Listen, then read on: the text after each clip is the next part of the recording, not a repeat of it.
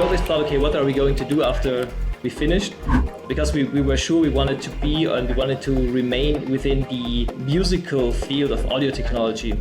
And we knew it's quite difficult because there were no companies doing that. And at some point, Ralph said, hey, why just don't we, let's do our own stuff. Yeah, and then we coded it. And the funny thing is, you're coding it, then you play it back. If something is wrong, you have to code it again, you have to recompile it, you have to play it back. I was sure that I'm married to technology. I always thought that I'm becoming a programmer. It should prepare the canvas for the creative work. And if you would have tools that perfectly clean it up within 5 minutes, they would have 55 minutes to work on the sound of it, put your creative work into that. That's kind of the vision that we have with AI-powered tools. There's a great forum out there, so a lot of people who could support you. Most important thing is get started. Get started, make your first projects, and then you will see where you will go. Hello everyone, this is Ray Williams from IMSTA. We're here today with another edition of Meet the Developers. And today we have Alex Wankhammer from Sonible in Austria. And he's going to discuss his company, his journey to being a developer and making all these fantastic products for us. So Alex, how are you, my friend?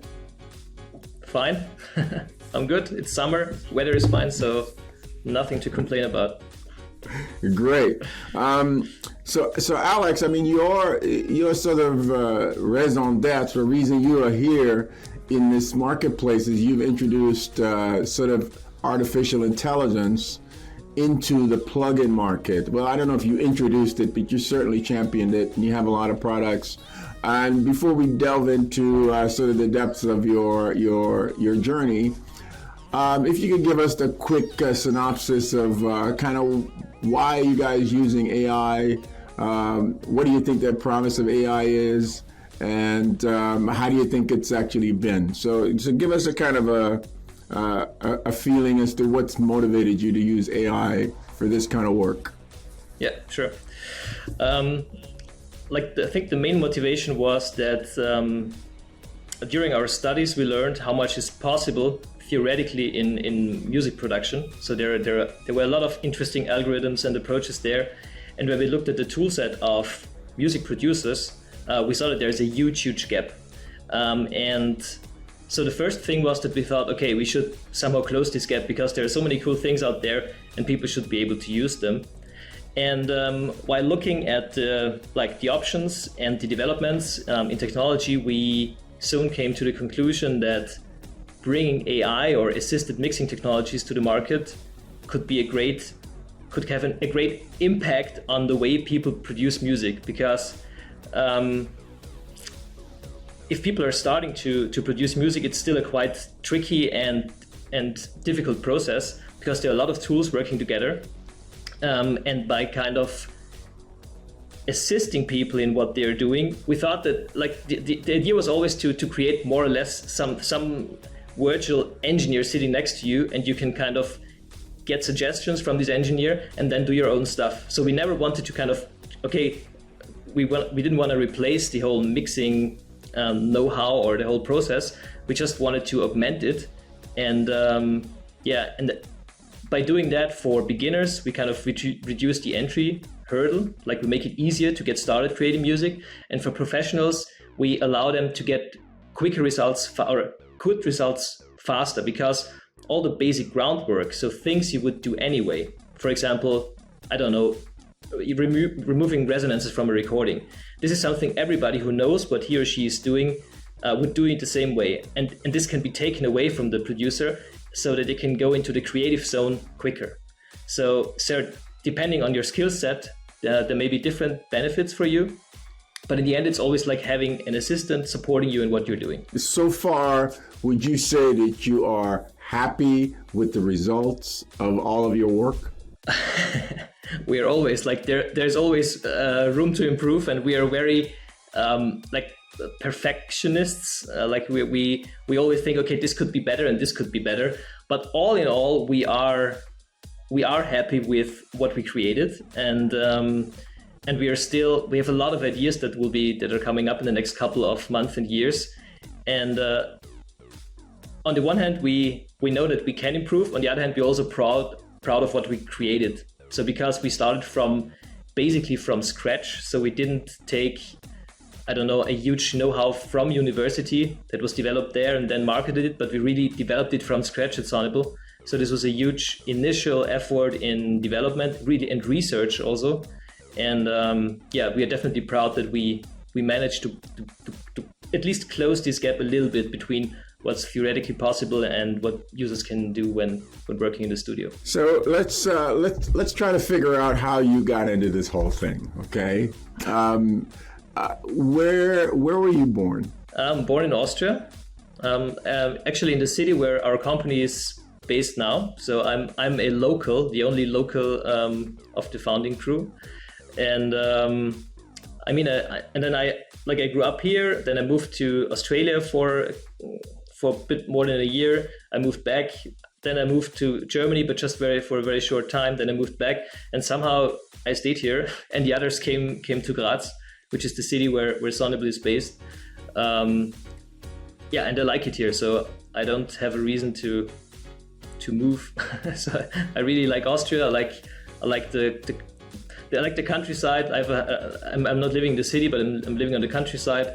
I like going hiking. I like being outdoors. I like winter sports. I like summer sports. So this is a nice combination because you can do both in Austria. So I personally think it's a great country to live in. So tell me what it was like growing up in Graz from a musical point of view. Were you exposed to a lot of music as a child? Were your parents into music? Were your family, anybody in your family, or musicians? How did you get interested in music as a child? My parents were interested in music. They were quite good singers and sang in a choir, but they didn't play an instrument when I was young.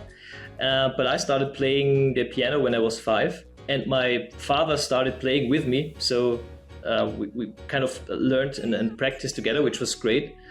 And my brother, I have a brother who is 1 year older than me. He played the French horn, which is quite untypical for a child. And then we played together like piano and French horn, which was funny, for example, at Christmas times. So I loved playing the piano. I started with the flute. Okay, that was, I think, 3-month flute and then piano. And then I stick with it, so I'm still playing the piano. And growing up in Austria with music there's a lot of classical music here, as you may know, like in Salzburg and Vienna are maybe a bit more well known for that, but also Graz is a very strong university of music and performing arts. So even when I was young, I went with my parents to the opera and to concerts and so on. So I was quite early introduced more in the classical side of music. And only when I got older, I kind of developed my own taste. So when I went to school and I learned that there's other things out there than classical music. But music was always important for me. So it was always a big part of my life. And I didn't think, when I was younger, I didn't think that I will have a profession which is related to music, but I always knew that music will be part of my life somehow. And that's cool. I also played the piano, then I played in a school band for a short time, but I never made it into a real band. I don't know, I always preferred playing alone. And when I got even older, because I was very interested in computers, even when I was young, because my father was an IT guy, like he programmed with punch cards and so on. So we had a computer already in the early 80s. And my father even told us the basics of programming when I was like 7 years old or so. So when I grew older, I fell into this time when people at home could start to create music with the computer, and that was kind of the point when I really got into it. And that's also, in the end, it was the reason why I studied what I studied and why I'm doing now what I'm doing. So it was always music and technology right from the start. Right. Now, as a child growing up in Austria, Football, winter sports, like you say, video games. I mean, young people, especially teenagers, girls, lots of things that are there to compete with these interests. What was the adolescent period of your life like? I mean, and you have friends and they're into lots of other things. What was that like with your peer group? How did you stick in music? I mean, sure, I did sports and so on. I had my peers there. I played football. I was skiing. I'm still skiing. But always, also my friends always were at least interested in music. Thinking back, I mean, the main thing we did was listening to music together when we were younger. So that was always interesting. And when I played the piano, I had a quite interesting teacher who always had a small group of students playing together. So I had friends there, and we played, for example, 3 people at the piano and so on. And we even played small concerts with that. So it was always fun. So it was a combination of meeting friends, having fun, and making music together, which was great. And later, when I was older and I started making music on a computer, I had friends who did the same stuff, and then we just started exchanging, ideas. We at that time we burned that onto a CD, like a compact disc, and then we shared them, and then it was then I was, for a short time, I had a friend who was doing hip hop, and I was producing beats for him.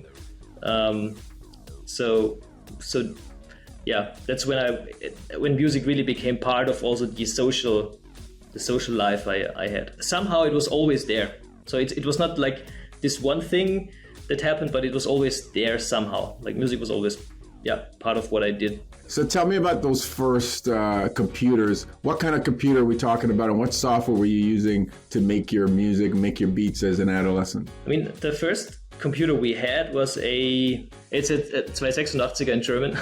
That was the first one. And I didn't really produce any music then because I was really young. But I remember that we programmed something in Quick Basic, and me and my brother programmed the tune of Star Trek as a MIDI track with Quick Basic, because you could play sine waves at different frequencies, and we kind of we had a thing where the spaceship was just with ASCII art animated, and then we played the notes in MIDI, or programmed that in MIDI. So that was long ago. And I think the first software that I used, I mean, there were some initial stuff which were just drum machines, but I don't really remember what was the first one I used. I know that I used, for example, the first Magix products that were out there, like Magix Music Studio and Magic Music Maker. They were actually, for the time when they were invented or released, extremely good. I'm still looking back, I'm still impressed with what these products could do 20 or 25 years ago. Really impressive. So in the beginning, I started with basically also using loops and stuff from there, and then I started with the first versions of Reason. That's when I Reason, the virtual rack. Exactly, yeah. And that was when I was 16 or so. I started working with Reason, and that really opened my creative side of working with music. And I still love Reason. I still love the concept of having these virtual stuff connecting together. I'm very curious about what you were doing with the Star Trek piece. So this now is going to require for you to research the frequency of the notes, to research, of course, the duration of the notes, etc. Was this polyphonic? I mean, and how old were you guys, and how did you prepare to do that in Quick Basic? I don't know. It was my brother. I have to say, my brother was always a freak, even more than I. And I think he had the idea to do that because we were both quite big Star Trek fans at the time. And then we talked to our father, because he was a programmer. He knew what to do. And then he explained us how we could approach that. And that's when we started. Yeah. Then we listened to the Star Trek theme. We wrote down the notes. We played on the piano until we knew that the notes are correct. then we had to research what frequencies these notes are. So that's why quite early on I got a feeling for what a frequency is. And then we coded it. And the funny thing is, you're coding it, and then you play it back. If something is wrong, you have to code it again. You have to recompile it. You have to play it back. And in the end, it was really just beep, beep, beep, just beep sounds. But it was great. And this small ship animating. And it was the intro for a Star Trek quiz that we programmed. So we had some questions afterwards, but the main thing was basically this intro with the Enterprise flying and the music playing. Yeah. And it's monophonic, made of sine waves, but the joy you felt, I could see it on your face. It must have been exhilarating. What happened when you played it for your dad? He was really stunned. I remember that. He couldn't believe that we could do that. And I myself was stunned that we could do that. And I have to say, really, without my brother, I wouldn't have been able to do that. But together we kind of we made it. And it was great. I think I was maybe 7 years old and he was 8, something like that. So we were definitely in primary school at that time. So by that time, there was no turning back. You knew you were going to be married to music and technology. Yeah. I was sure that I'm married to technology.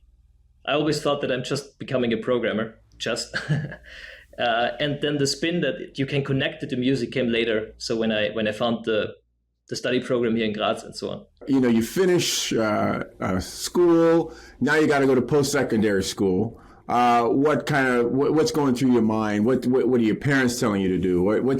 Tell me about that period right before you go to university. As I said, at that time, I was quite sure that I'm going to study informatics, so IT. So I was sure at the time that I'm becoming a programmer, because it was always it was always interesting for me. I did it at school. I was quite good in it. And my father was a programmer too, so it was kind of, he was a kind of role model I wanted to follow. And then when I started to work with Reason, I created sounds there.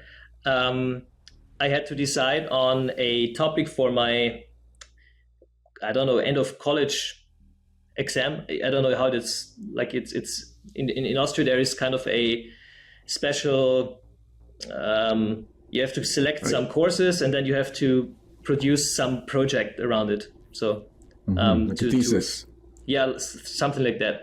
And then I chose informatics and music and wrote a paper on the computer as a music making machine. So, and then I just produced a project in Reason. I composed a song, and my project was the presentation of this song to my teachers. And when I came there, I remember I had this crappy computer with a Sound Blaster Pro with the small boxes, and I came to the big room with all the other teachers sitting from my school, and then I played back the song, and everybody was so oh my God, you can do that on a computer. And I said, yeah, it's actually quite easy, and it was definitely the funniest experience in a exam situation I ever had, because there was no technical question or whatever, just people they just wanted to know how I do it, but it was not an exam. It was I showed them what I did and they were really impressed, and somehow this experience showed me, okay, connecting these two fields is the best thing I could do, because I just love both sides. And for me, some things that are difficult for others are obviously quite easy, or I have an easy access to it because I'm interested in it. And that's when I started to search for study programs that could combine these two fields. And interestingly, and that was really a coincidence, the only study program, at least in the German-speaking countries, that's providing this is based here in Graz. So it's called Electrical Engineering and Audio Engineering, and it's an inter-university program at the University of Music and Performing Arts and the University of Technology. And it was perfect because I was already here. It's I'm already in the city where I have to be to study this. And then I I just did the entry test. Like there is a exam that to be allowed to study this, and then I did it, and that's when it was clear that this is the perfect study program for me. And the good thing is I'm still 100% sure that that was the perfect study program for me. That, like, you couldn't have made it if I could have decided, like, if I would have been asked to design a study program, I probably would have designed exactly the same program I did. Right. So it was really a perfect match. Right.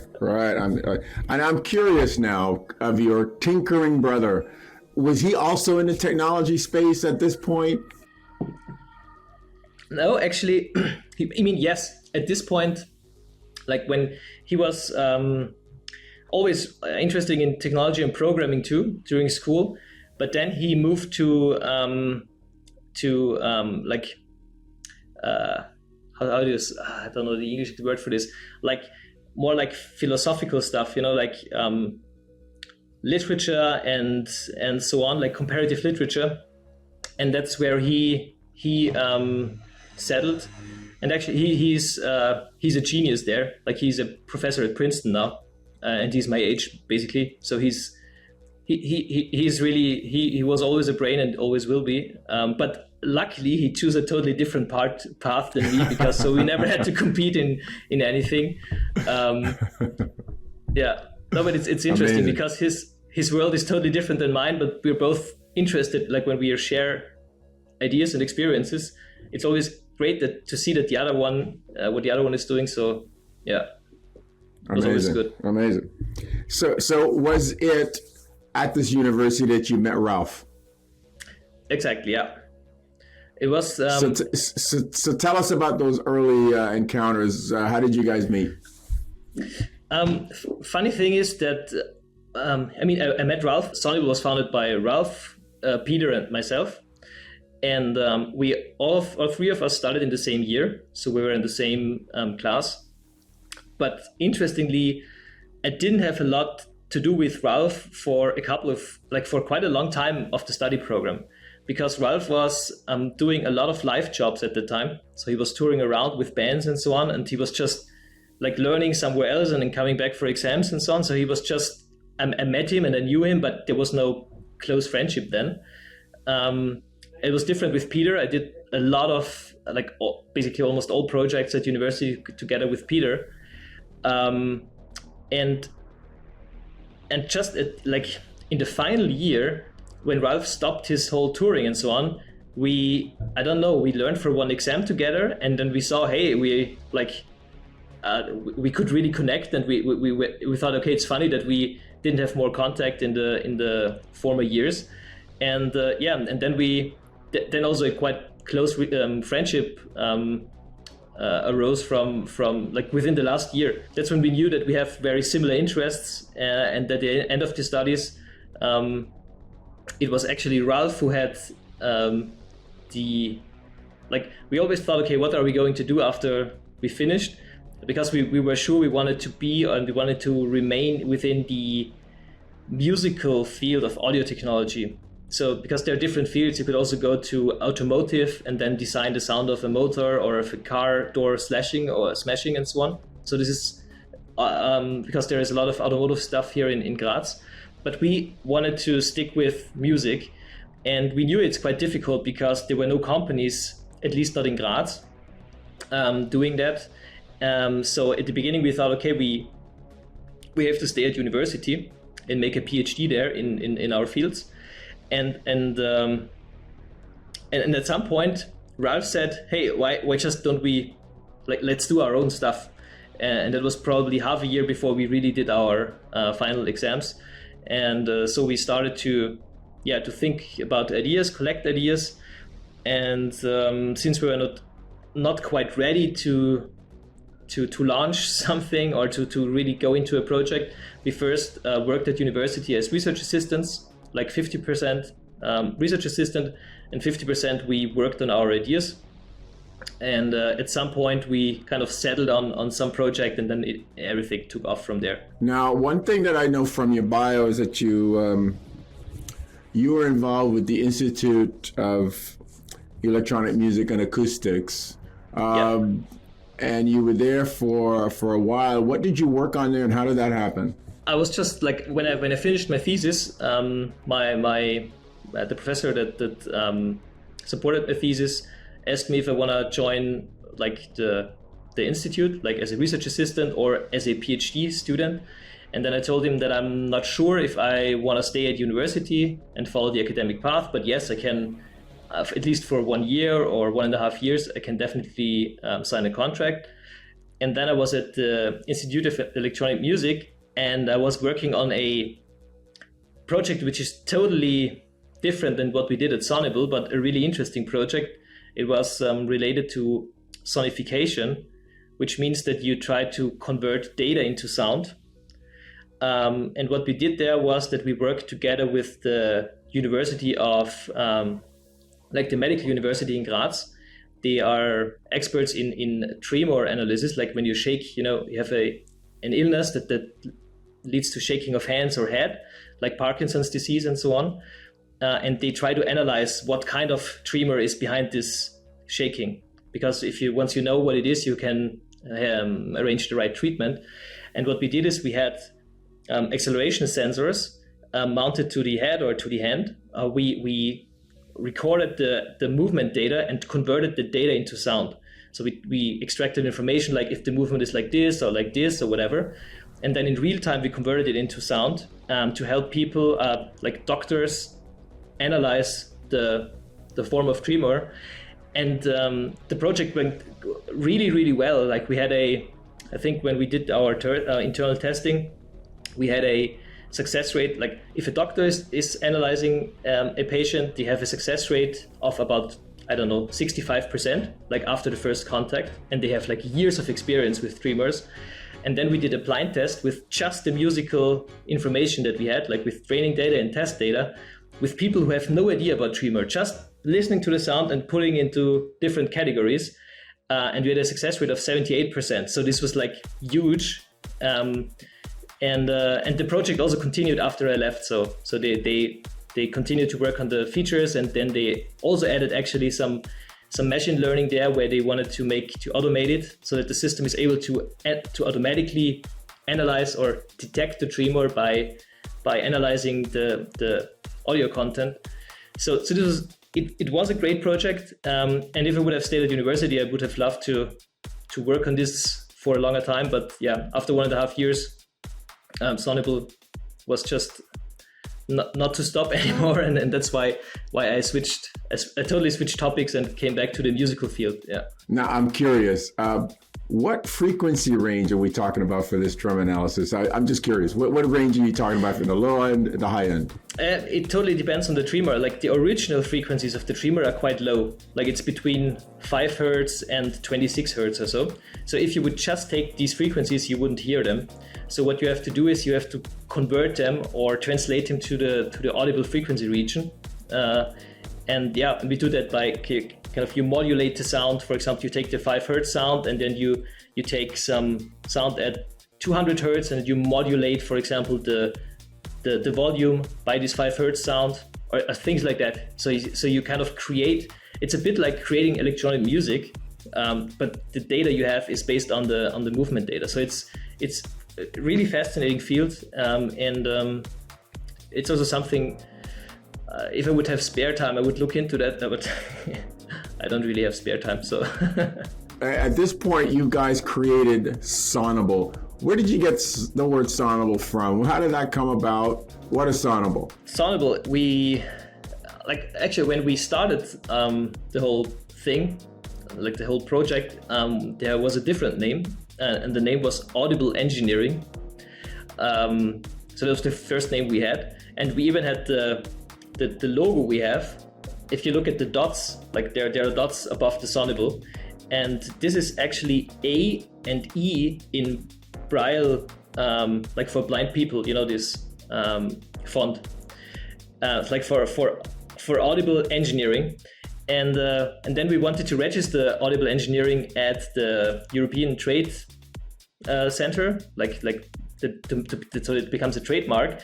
And then 2 weeks later, we received a letter from Audible, like from Amazon, who said, no, like we don't find that too nice that you're using Audible in your company name, and you are allowed to do it if you only like with thousands of restrictions. So we knew, okay, it doesn't make sense to start competing with Amazon about a company name.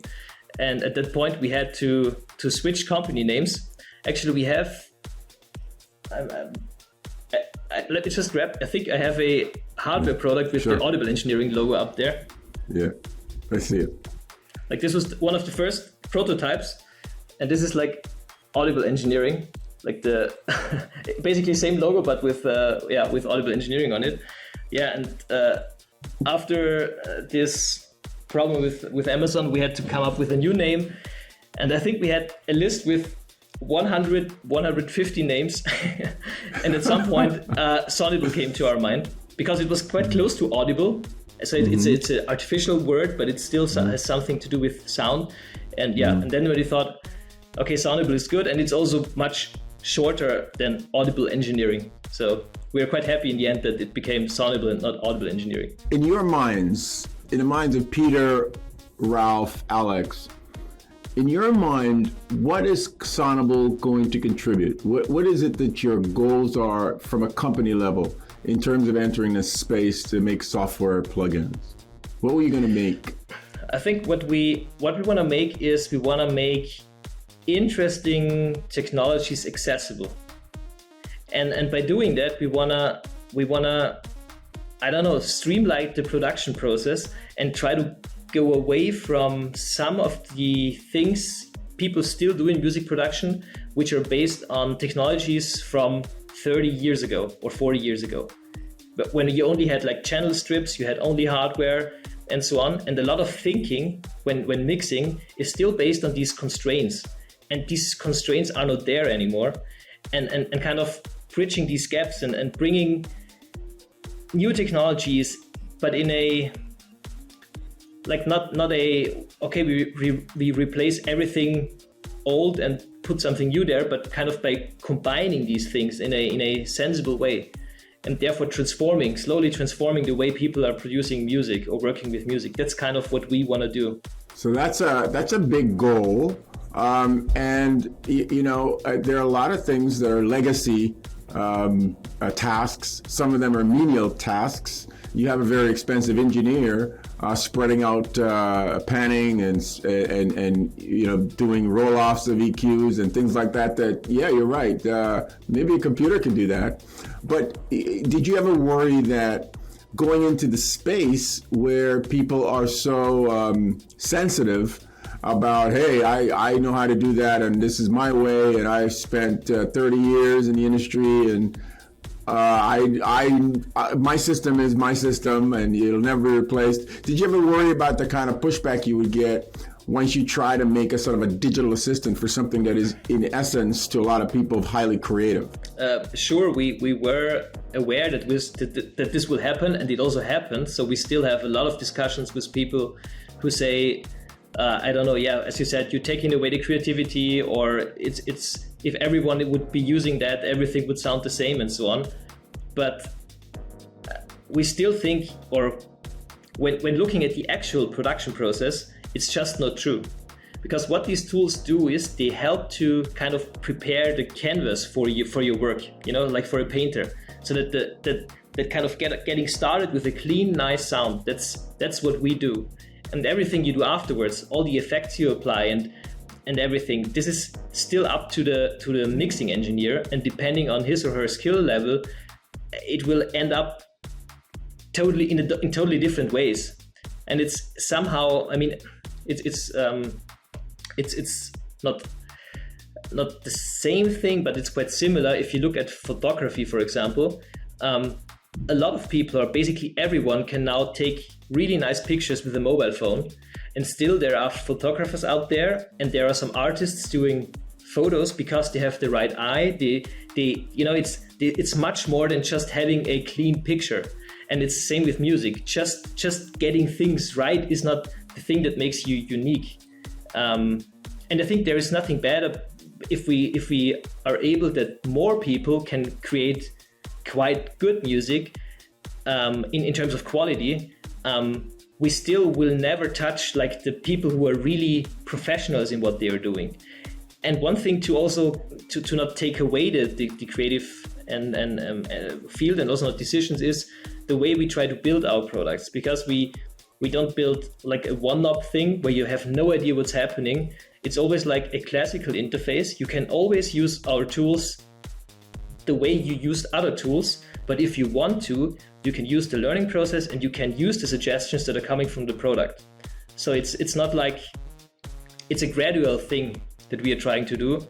And I think by kind of following this approach over a couple of years now, we also found our niche or the way we want to do the things we're doing. Now, did you ever worry about whether or not technology could even be an answer to this? Did you ever have any sort of doubt that you could make a contribution to the space with the technology that you had at the time?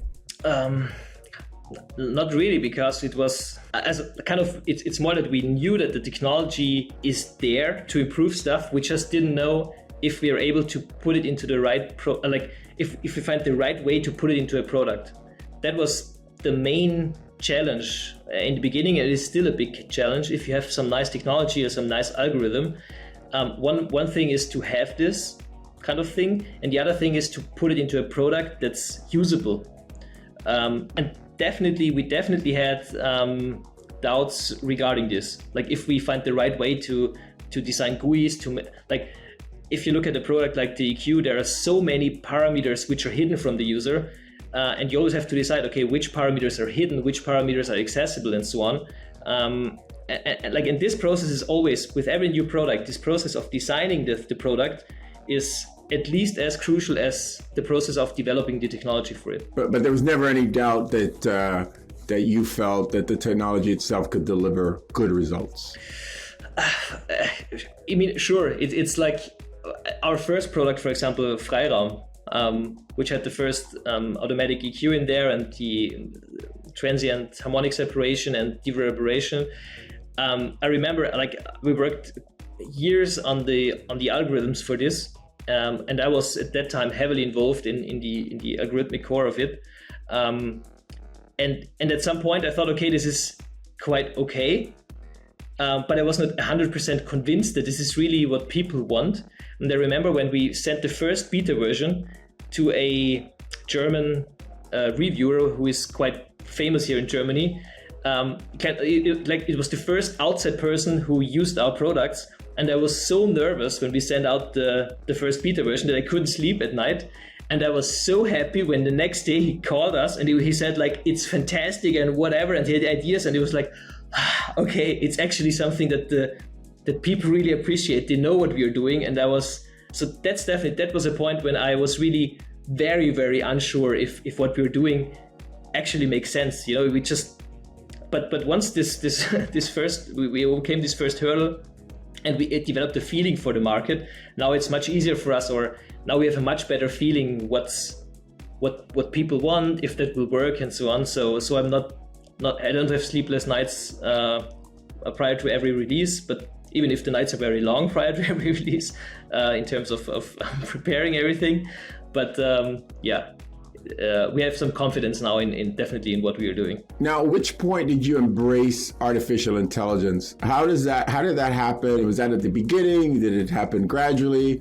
How did Sonible become so linked to AI? Basically, it was right from the beginning, but it was a bit we didn't start out with the big goal, okay, we have to bring AI into the field, but we started to work on the product Fryrom. And the initial idea was that we develop just a dereverberation tool.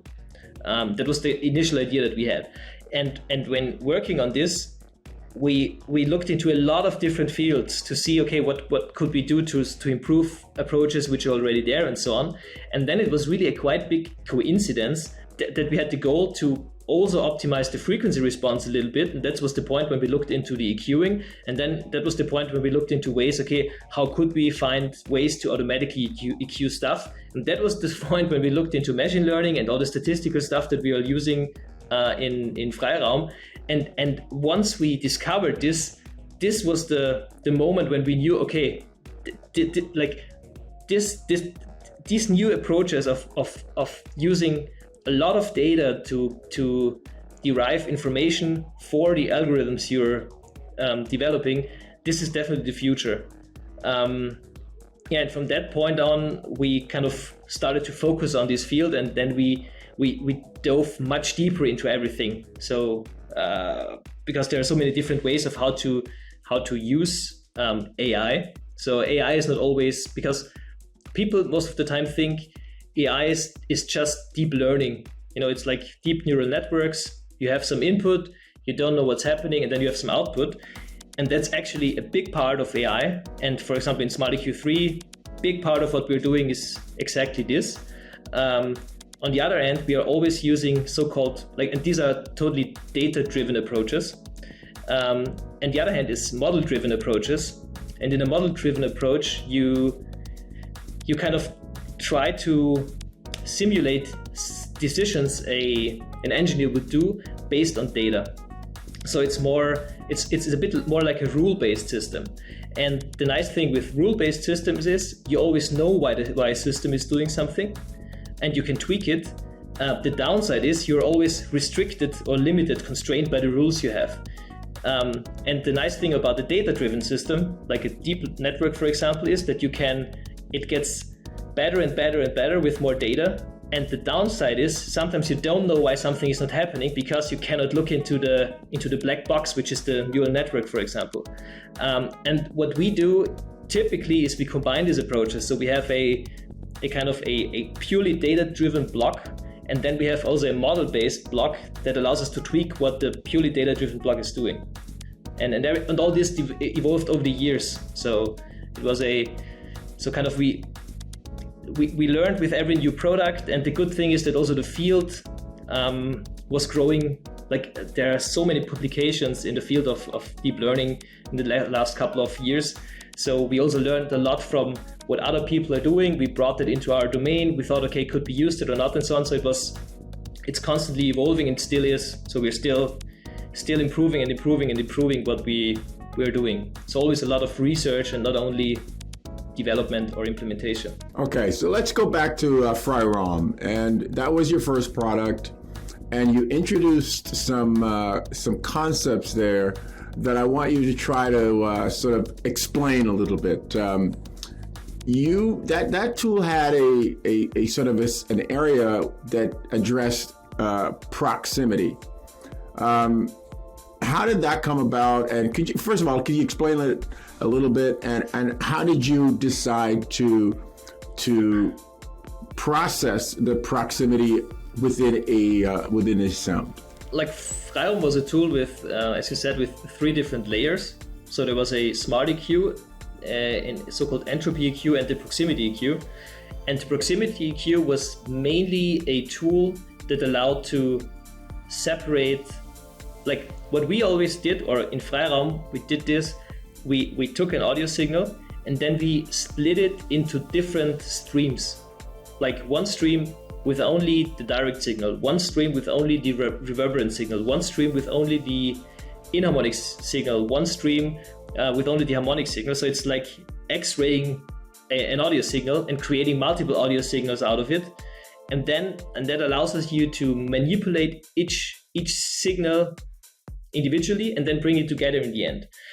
And the nice thing about it is, for example, with Proximity EQ, where the goal is to have direct sound and reverberant sound separated, that for example, if you really only want to touch low frequency reverberation, you really only touch the reverberant part of low frequencies and everything else remains untouched, which is totally different than most other audio effects where you just have some audio signal and a lot of components, and it always touches the whole signal.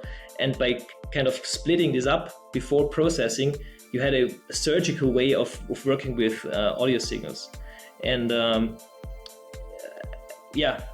it was like bringing it up into streams and then also making it frequency dependent opened up a lot of possibilities to tweak the room sound, for example, with the Proximity EQ. or the inharmonic harmonic components with Entropy EQ. And by extension, you also had this section called Entropy, which again, as a term, not necessarily a universal term, but I wonder if you could explain for our audience what was Entropy, and it probably is related to the same splitting of the signal, correct? Exactly, yeah. What Entropy EQ is doing, it splits a signal into inharmonic components and harmonic components. So for example, if you have a guitar and you play it, then the picking sound would be inharmonic, or the sliding on the strings would be inharmonic, and the vibrations of the strings and of the body are harmonic. And by changing the relation of these two sounds, you can totally change the character of, for example, the guitar or drums or so. Again, in different frequency regions. And entropy, the term came from entropy, because like the entropy of a signal is kind of the amount of information within the signal. And if you look at a harmonic signal, which is just in the purest form a sine wave, there is very little information in there because it's just one frequency, one wave. And if you look at inharmonic signals, it's more noise-like, and noise has a lot of information. Like most information is within white noise. So that's why we came up with entropy, because the entropy of the inharmonic signal is much higher than the entropy of the harmonic parts. That's where the name came from. So, and this allowed for the sort of the attacks and the kind of plosive parts of the signal to appear louder and the other sections to disappear. Quite an astounding effect. For those of you watching, you might want to try that out. So now you have this, but this is something that's relatively new. I'm taking you back to when Fryrom was released. The marketplace is full of graveyards of companies that are trying to do something new. It's a lot easier to just improve something that's already out there, right? So how does it go at first with Fryrom? How do you feel? What's the feedback? Tell us about the first couple of years with that product. Like the feedback was extremely good right from the beginning, because it was, as you said, it was something new. The company was quite new. The product did something that impressed quite a lot of people. So the feedback from the market was always good. What was difficult in the beginning was that it was we started because we had a distribution partner in Germany when we came to the market. And this distribution partner kind of also suggested the pricing for the product. And we had a very, very high price for the product in the beginning. Like it was almost $400 when we released it. And with this price tag, we had a lot of people who tried the demo, who also loved the demo, but the price tag was just too high because people who are working professionally with a plugin like that, they may be able to buy it. But people who are maybe not earning their money with making music and so on, it's a bit out of reach. So in the first year, it was a bit difficult for us to kind of convert this positive feedback and reputation on the market, really turn it into customers, into paying customers. So it was not really easy. At the same time, people kind of also respected us for, charging people for something which is really special, because people sometimes forget that developing software is, in terms of development, quite often much harder than developing hardware. So it depends on the hardware, depends on the software. But in our case, the software is really there is so much research in there and so many thousands and thousands of hours of development. That we had to put a price tag on that kind of represents this effort which is in there, and people respected this. Some people also were able to pay for it, and a lot of people said it's great, but unfortunately it's just a bit out of reach. And that's what we learned in the first couple of years too, is to find a good balance between trying to bring the value of the product also into the price tag. So not creating products for $9.99 and then kind of giving them to people more or less for free, but kind of showing them the value of the product and still respecting the financial limits of people when buying and purchasing plugins. And I think it was an important learning curve. And now we also, together with music marketing and so on, I think we found a quite good place where we are now, and to really settle onto a broader market with everything we're doing. So now you're in the AI space. You're one of the few companies making AI plugins. What is the process of learning, that sort of machine learning, the training models? What did you do and how long does it take? Are the materials available? I mean, do you have to invent your own? Tell us about that process for a small company like yourself. Very short answer is it really depends on the product. So we are not doing the same thing with every product. But I probably just start, or I take as an example the equalizer, because I think it's one of the most easy to understand approaches. So as I said, we have a purely data-driven side of what we're doing, and we have a model-based side of what we're doing. The model-based side is quite flexible, and it tries to more or less represent decisions of an audio engineer. And these decisions are trained by looking at existing data, looking at decisions that are made, and then trying to define statistical models, where you feed in some new data, and by looking at the statistical models, you can make some decisions. So that's the model-based part. And the data-driven part, like almost all deep learning systems work in the same way. You have some input data, like supervised learning systems. So supervised means you know the output during training. So you have some input data, which is bad, and you have some output data, which is the result that should be reached. And during training, you need to have both sides. And what you do is, for example, you have a song which has a nice spectral balance. You kind of destroy it using whatever tools you have and create a bad version of the song. You feed in the bad version of the song into the model, then the data goes through the model, and it should try to reach this good version. And you do that thousands and thousands and thousands and thousands of times. And over time, the system learns how to transform a bad version of the song into a good version of the song. And that's what the deep learning part of the system is doing. It's really a kind of a black box that we are training with a lot of data. And what the system learns is really just a transformation of in the training phase, it knows the result, and then when you use the product, it just gets unknown data and converts it in a way that the system thinks is the right one to reach the right result. So that's basically how we do it. And there are a lot of details on how to implement it, how to prepare the data, and what kind of models you can use there. But you have some input data, you show the system some output data, and the system learns how to go from the input to the output. Now, in that kind of a scenario, I could see that, the result that you want in many aspects of audio would be a flat line. So that's fairly easy to envision, easy to target. But in other aspects, in fact, when it comes to individual instruments or sections or group of instruments, the perfect result almost never is a flat line. So how do you decide as a company what this perfect result should be?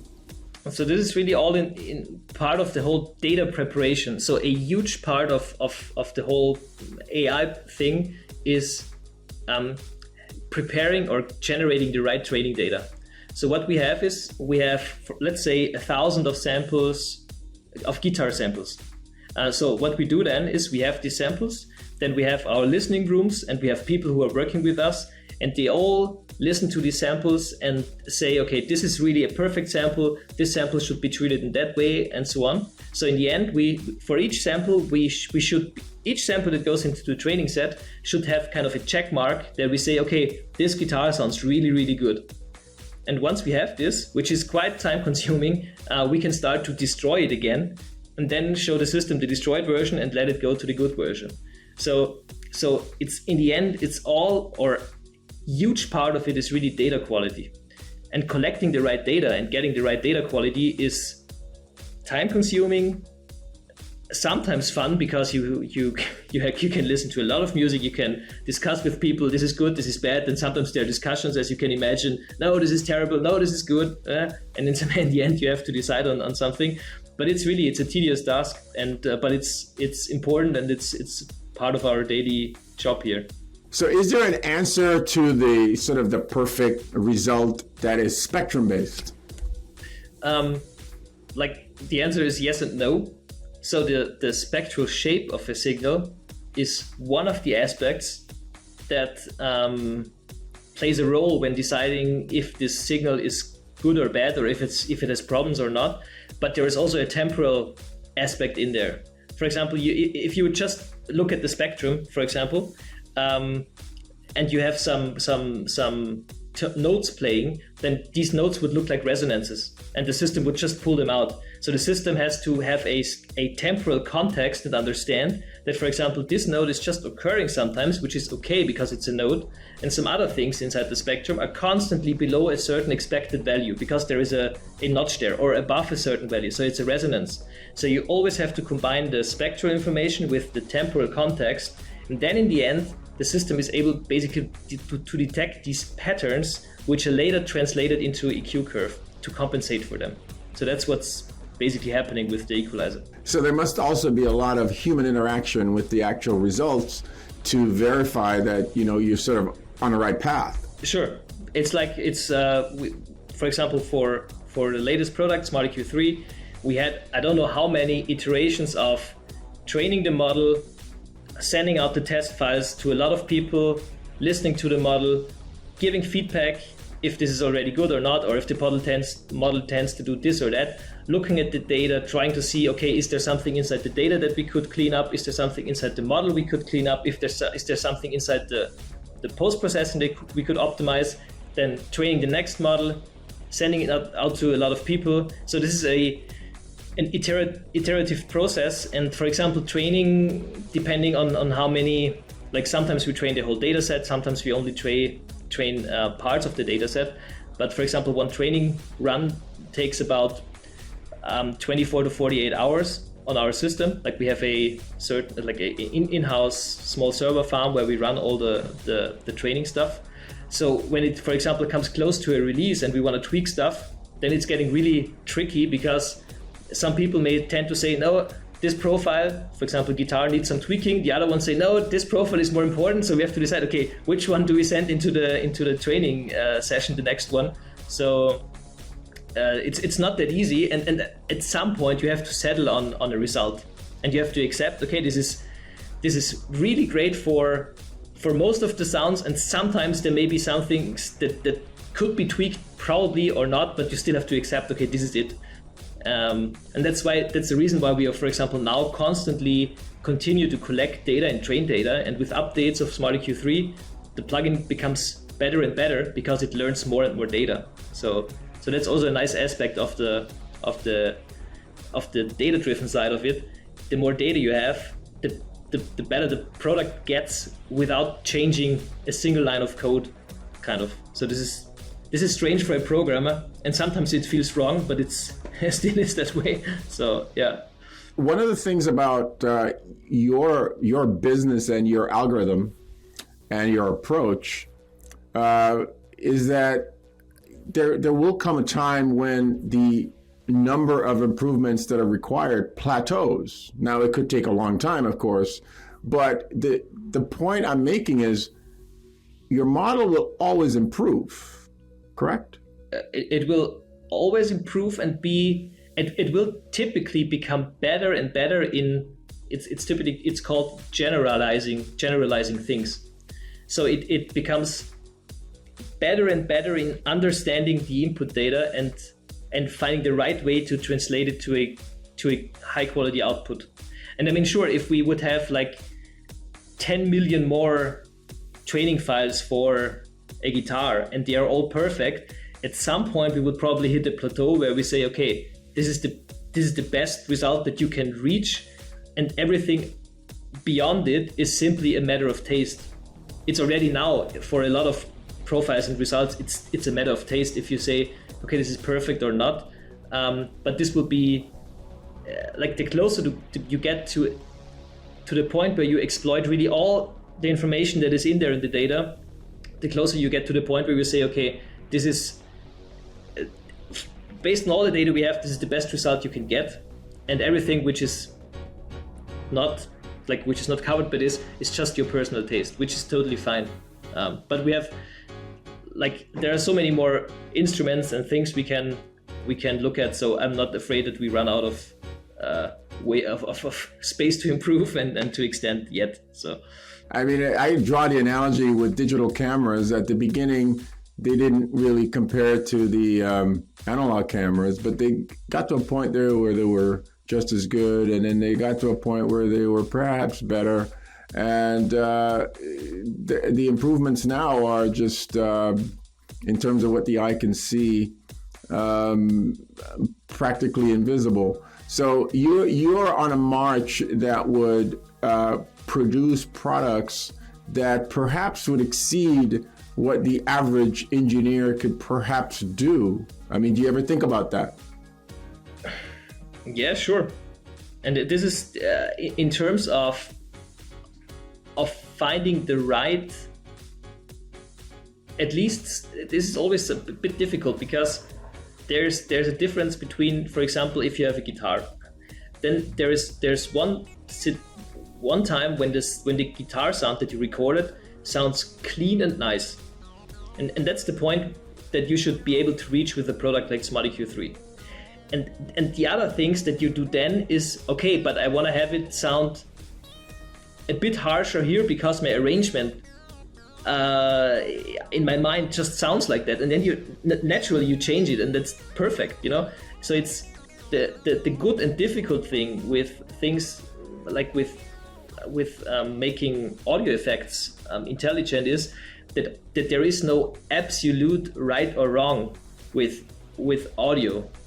You know, it's like if you look at some other things like the stock market or so, you could say, okay, this prediction was 100% right because it totally hit the spot of some prediction. If you look at audio and EQing, like 9 out of 10 engineers may say, okay, perfect, this is how I would do it, but the 10th one will say, no, I don't like the mids here. And this will always be the case, which is totally fine.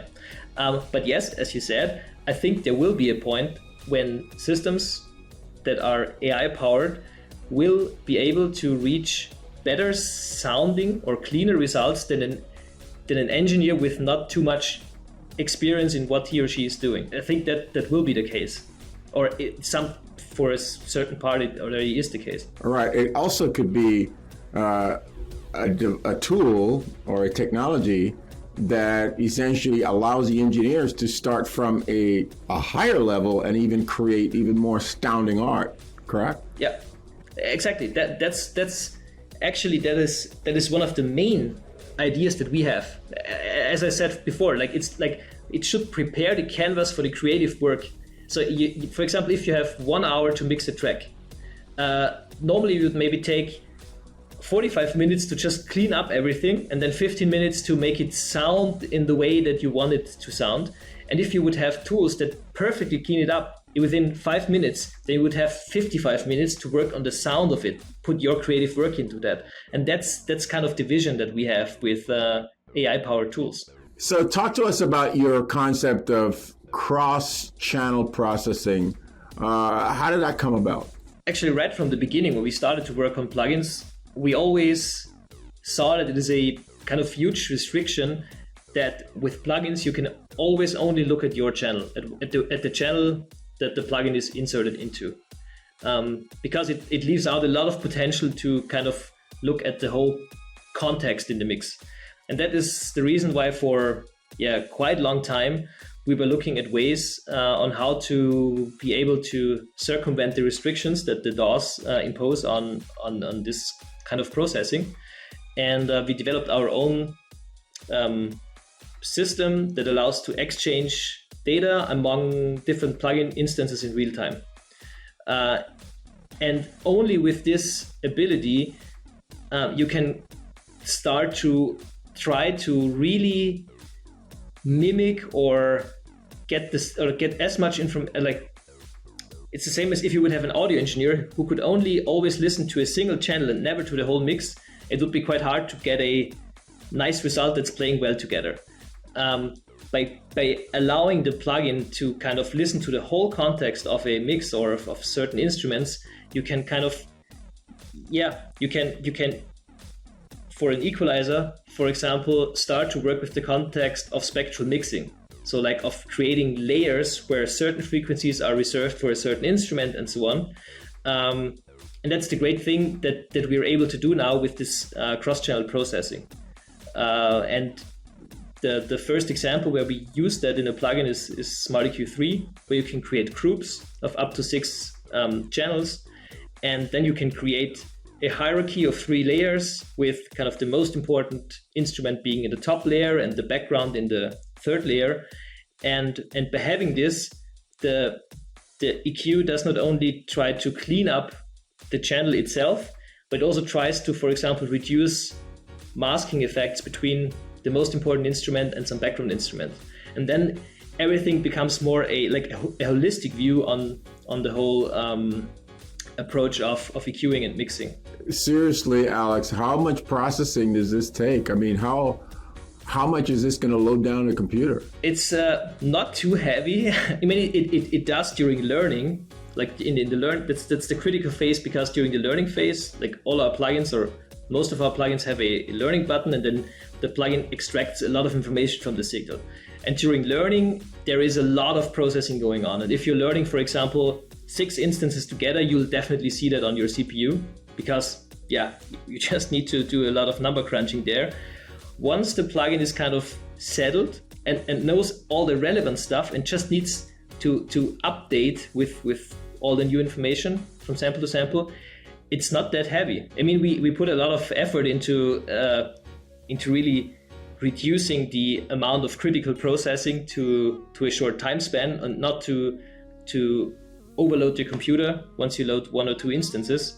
But sure, it's more like it's computationally more expensive than simply running 5 filters in parallel.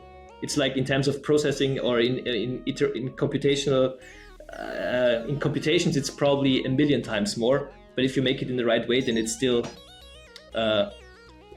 every normal computer can easily cope with that. And of course, now you're tapping into all the proximity technology that you've got to, put the layers in different orders. I mean, all of that stuff from Fryrom is now coming back into sort of a multi-channel EQ sort of universe that is, as far as I know, I think you're the only one who's doing this.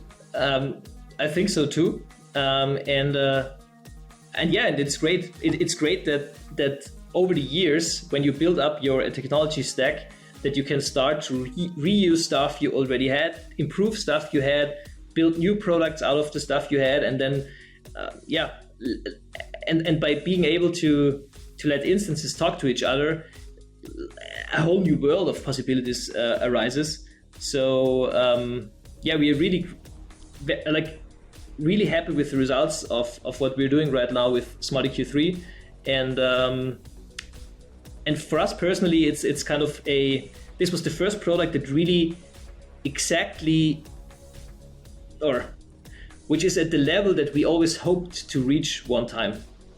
Having a plugin be able to look at different channels, to integrate a lot of information, to be database, to have models in there, and all that in the quite difficult infrastructure of a DAW. So that's we're really, really happy that we managed to do that in the end.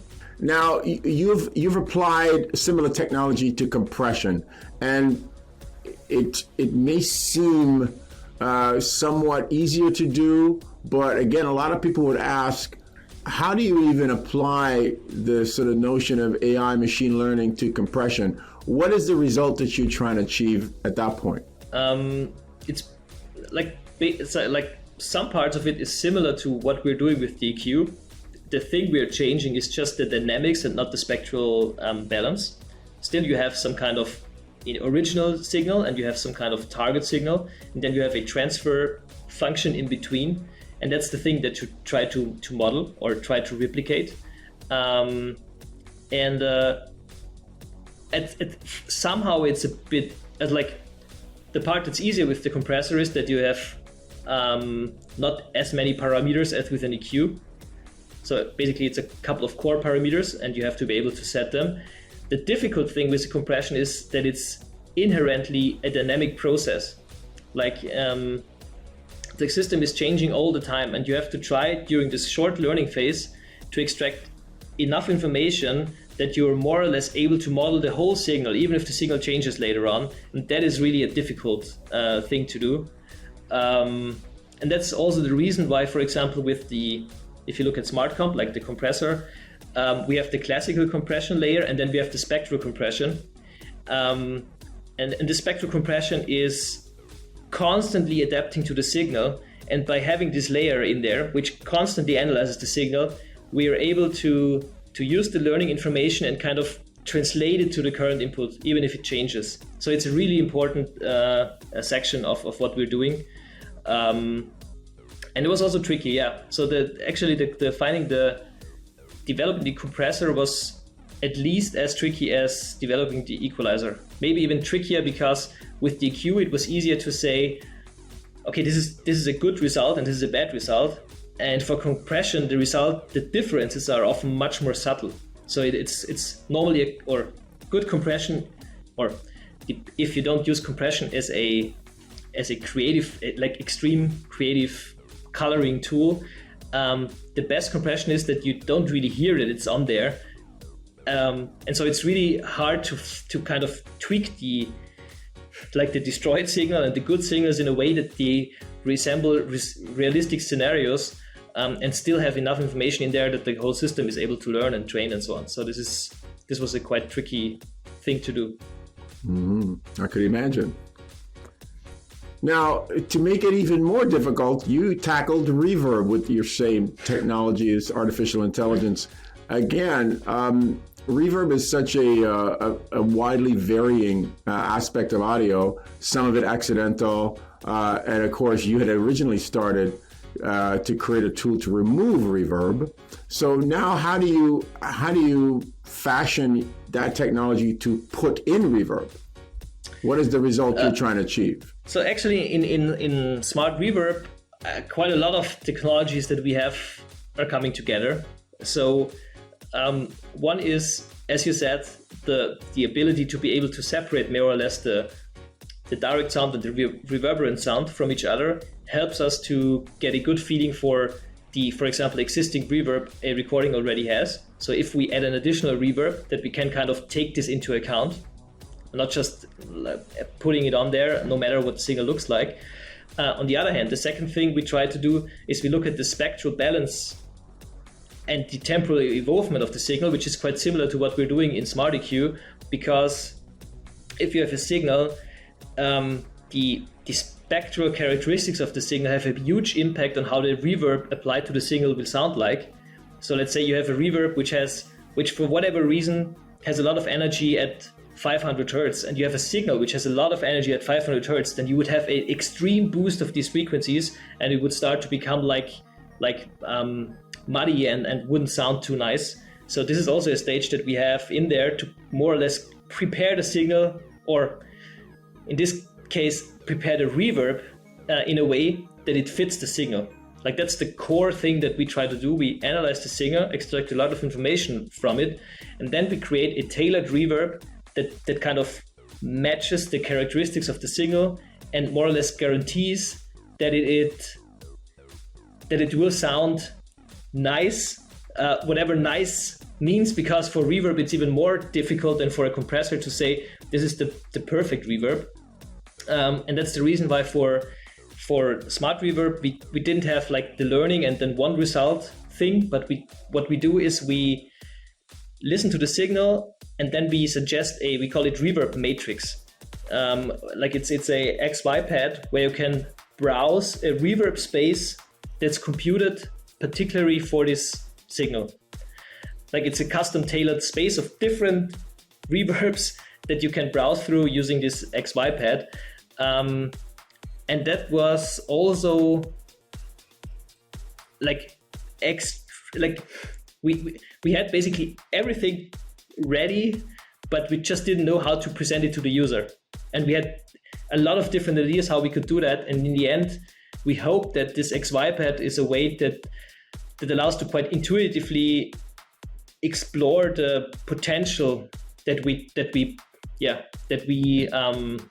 derive from analyzing the signal. Now, and again, you said something that was at the beginning of this interview as well. Like, you're trying to make it sound good. You're trying to make it sound balanced. You're trying to make it sound nice. That's subjective. How do you navigate on your way to those results? How do you get to nice? How do you get to balanced? How do you get to what sounds good? I mean, this is so subjective. How do you do this inside of Sonible? Because you're trying to do something that's so difficult. You're trying to sort of you're trying to standardize taste. Yeah, it's a good question. And like what we did, like we have two paths or two things that we do. One thing is a purely technological thing, that we have some results and then we have some ways to kind of interpret the results just technologically and then say, okay, this is better or worse. But this is just one small pillar of what we're doing. And the much bigger pillar is really just it's user feedback. Once the plugins or products are out there, we get a lot of user feedback that goes into the development of new products or updates of products. And the other thing is that we have a group of different people from different fields of music production, also with different levels of experience, and we simply send them intermediate results during an alpha version, or sometimes not even the plugin is there, but just some pre-processed audio files that we can send out and people can get feedback to. And then we try to find the best denominator, I don't know if that's the right expression in English, like the best consensus among all these people for certain, for example, instruments or sounds. So it always is some kind of there's always some divergent opinions, but in the end, if you do a lot of these tests, you kind of develop a consensus or a common denominator. Exactly. That's what we are searching for, and that's a very, very important part of all the products we developed up to now. So in the end, the most important instrument to measure if the products are doing what they're doing are our ears, or the ears of the people we are working with. And you can say that at this point, you're happy with the results, you're happy with the responses, the feedback you're getting, and that's also another way of knowing how you've gotten to the right result. Exactly, sure. So if there are always for every product out there, there is still feedback that shows us, okay, points where we could improve. But overall, the common feedback is, this is great, this sounds really good, or this is so helpful, useful, whatever. And if we get, like, putting all this together, we have kind of the approval that what we did during the whole development processes was right. Every time we release a really new product that was never out there, for example, like the reverb or the compressor, it's a bit like the time when we released Fryrom, when I told you, because we're releasing now to the big world of thousands and thousands of users, and it's always a bit scary to okay, will they like it? And up to now, we were lucky enough or prepared enough that it worked, and we are quite confident that it will continue that way. Or we are we're positive about that. So, but Alex, you, Ralph, and Peter, you guys took the hard road. Wouldn't it have been easier to just come out with another algorithmic reverb, just another EQ, just another compressor, put it at a good price, put out another one, another version? I mean, couldn't you have taken that road? I mean, do you ever think that what I'm doing is too hard, all this research, all this training? I mean, do you ever long for simplicity? Sometimes we do. There are times when we are in the middle of a development process and everything feels to fall apart. We also think, why don't we just develop some simple tool? Yes. No, but altogether, it's just not us. It's not us to simply put a nice GUI on some effect which is there for 20 years. We could do that in within a week probably for some whatever effect. And it's okay if people do that, and it's totally fine, because there is a lot of like, there are so many people, different people with different tastes, and that's fine, but it's just not us.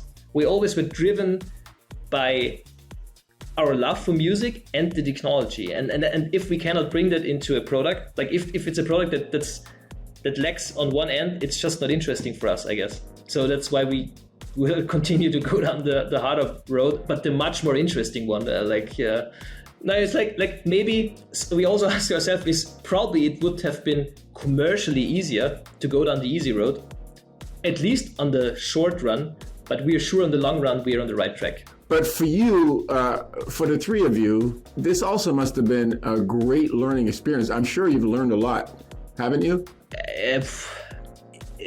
Since we basically started this right after university, I mean, I worked at university, but it's not a classical job if you're working in academia. We had to learn, like, the whole business part of it was a huge learning process. Huge learning process. Still continuing, and something we totally underestimated in the beginning. So we just thought, if you have the right technology and a thing which has a nice GUI, so we knew that that's important, the rest is basically is just automatically appearing. No, it's not. It's like, if you don't do marketing, if you don't know your numbers, if you don't know how to approach a market, whatever, nothing is happening. So this was probably the biggest learning curve for us. And another really big learning curve for us, that we started as a team of 3 people, so just 3 friends working together in one room, everybody doing everything, developing, marketing and support and so on. And then we grew gradually, and now we are 20 people, and we have like, it's such a different way of working. We are really a company now, we have, it's not just a little project. And also this transformation from basically running a project which is just for the 3 of us, and in the beginning also just more or less for fun. We didn't earn too much in the first 3 years. And then once you have employees, you are responsible for them, and the whole process of how you develop stuff changes. And for example, I'm now not programming too much anymore. I'm much more in product design and making sure that the right things are developed, and then how to translate it to marketing. So my role changed quite a lot over time, and that's fine. It's really, I thought I will program all my life, and I mean I will, and I still like it, but still my position changed, and I also had to evolve, and at the same time it's fantastic, and I guess it's the same for you, because you also built something up from scratch, to see how everything is growing, and people say no, you won't make it or whatever, and you just stick to it, and you stick to it, and you stick to it, and then it works. And this moment when you feel that it's starting to grow, and people who are working here are happy, and you're providing a nice workspace and environment for them, this feels good. Apart from all the musical stuff, this is just the business side of it, and that's what we really, it's sometimes hard, but we really enjoyed it too. So yes, a lot to learn. And I'm sure you learned a lot about music. Sure, absolutely. I mean, we have so much, like, if you're working in the music industry and you provide products for musicians, every day you're in contact with people who are using your tools, and who give you feedback, and who are totally sometimes abusing your tools in a way that you never wanted them to use it, but it's still great. So it's amazing to see, because everyone has a musical background, and sometimes you think, okay, that's how people make music, and then there are some other people doing some other stuff. But if you get into contact with thousands of musicians, you see that there are thousands of genres out there, and thousands of ways how to make music, and there is no classical way how to approach stuff and so on. And that sometimes makes it difficult to design products for people, but it's great to see that it's such just a creative space that we're working in. And I think that's one of the huge benefits of working in the music industry, that we are working in a creative space and not in some banking system or, a purely strict data-based Excel spreadsheets. Yeah, exactly. So I mean, it's also part of the work, but it's not the whole industry is different, and that's great. Yeah. Well, that's great. Well, as you know, IMSTA is also trying to do something difficult, which is trying to get people to respect software, not steal it, not download it. A lot of people told us back in 2002, hey, that's a pipe dream.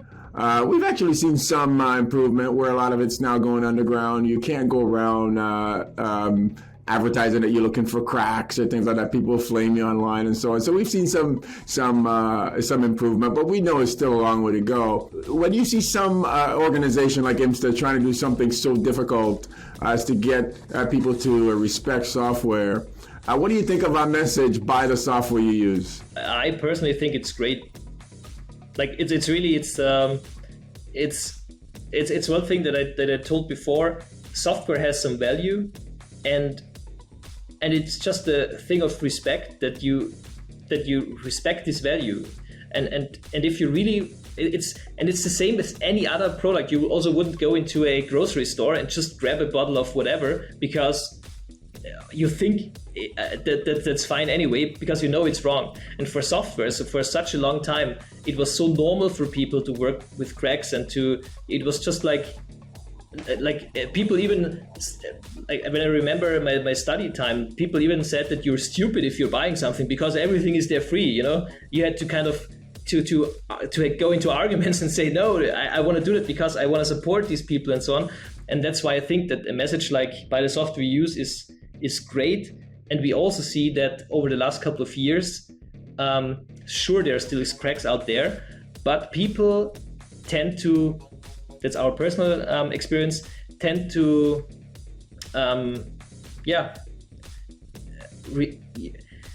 maybe be more selective in what they are buying.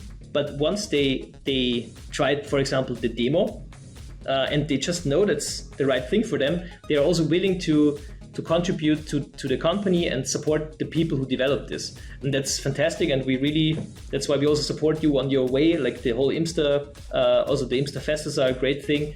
So I think it's a great message altogether. Thank you so much. What impact has the COVID-19 pandemic had on your business? Interestingly, on the software business, a positive one, because we saw that obviously a lot of people had more spare time to work on music at home, or people who are normally working live were working in the studio and kind of improved their studio environment. So we had quite a successful, or actually a really successful year on the software business. We're also doing some hardware. This is almost legacy now because we're currently not developing new hardware, but we still have it.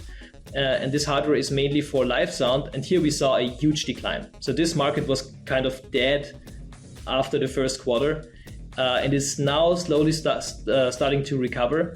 So we were really lucky that we focused on the software side of things, because we know other companies like same age as us who focused on the live hardware, and they're still in big trouble because their whole market just broke away within a couple of weeks.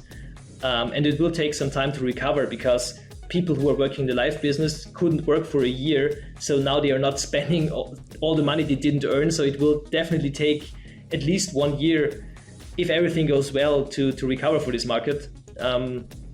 So the whole music industry, live industry had a quite difficult year, but luckily we in the software business had a successful year, and we are thankful for that. Now, what's next for your company? You've done, I could speak as somebody that actually uses your products. You made a big contribution. You've really established yourself. What's next for you? What's next for Sonible? I mean, you've done compression, you've done reverb, you've done EQ. I mean, you've touched a lot of these areas. What else is left to do? There are some areas open to be touched. And at the end of the year, or like fourth quarter, you'll see what the next area will be. So we'll continue to kind of look at basically different building blocks of music production, and then think about how we could transform that into a smarter tool than they currently are. And there are still some blocks left. On the other hand, we are thinking about ways to probably also collaborate with other companies that could probably benefit from having a technology like the one we have, but in a different field, like not in plugins, but in different fields. So we are discussing here with companies. So probably there are some corporations coming up in the next year that extend the usage of what we do in addition to the plugins. So we'll definitely stick with the plugin business because it's our core business, and we're now established or starting to establish, and it's great to have this status now. At the same time, it's always interesting to see, okay, what's possible in other fields, and that will also be part of our future roadmap. Well, Alex, you've done a fantastic job. Thank you so much for taking your time today. As you know, a lot of people are watching this. They have ideas. They think they've got a great idea for a new plugin. Some people are coders like you and your brother were. They want to get into the industry because, as you said, it's actually a very fun industry. The working space is very calm, it's very rewarding, it's very fulfilling, and they want to get in here. And they get a lot of headwinds, a lot of advice to say, no, become a doctor, become a lawyer, do something for real. But they still have that drive, that ambition. I want you to talk to them directly right now, Alex. What's your advice to these people that are yearning to basically do what you did? Like, if you're fascinated by technology and music, and if you want to bring that together, I think one really important thing is just to learn the basics, in music theory, like everything which is more than just listening to music. Definitely playing an instrument helps. On the other hand, learn the basics on the technology side. So it's definitely, if you really want to become a developer or so, it's necessary that you learn some programming language. I would suggest to start with Python for algorithms and C++ for coding, because C++ is the language most plugins are written in. And once you have that, start with small things, maybe just the gain plugin, something like that, to get a feeling for what you're doing. And right now, I think the best way to start, if it really comes to plugins, is using the Choose framework. So Choose is a really nice framework that takes a lot of heavy lifting off your shoulders, particularly if you're building simple plugins. So you don't have to think about too much about the stuff which is not related to your actual algorithmic core. And there's a great forum out there, so a lot of people who could support you. And that's also a thing, reach out for support. So for example, if you have a question, even a technological one, reach out to us. We're really quite often helping people in getting started with projects, and sometimes even collaborations occur based on this. So most important thing is get started, make your first projects, and then you will see where you will go. Well, thank you so much for your time. I wish you have a good day and a good week, and say hello for me to Ralph and Peter and the rest of the team. And you guys keep up the good work. You're making some great products, and you're making a great impact out here. Thank you very much. Thank you for the interview. It was really fun. Yeah, it was fun.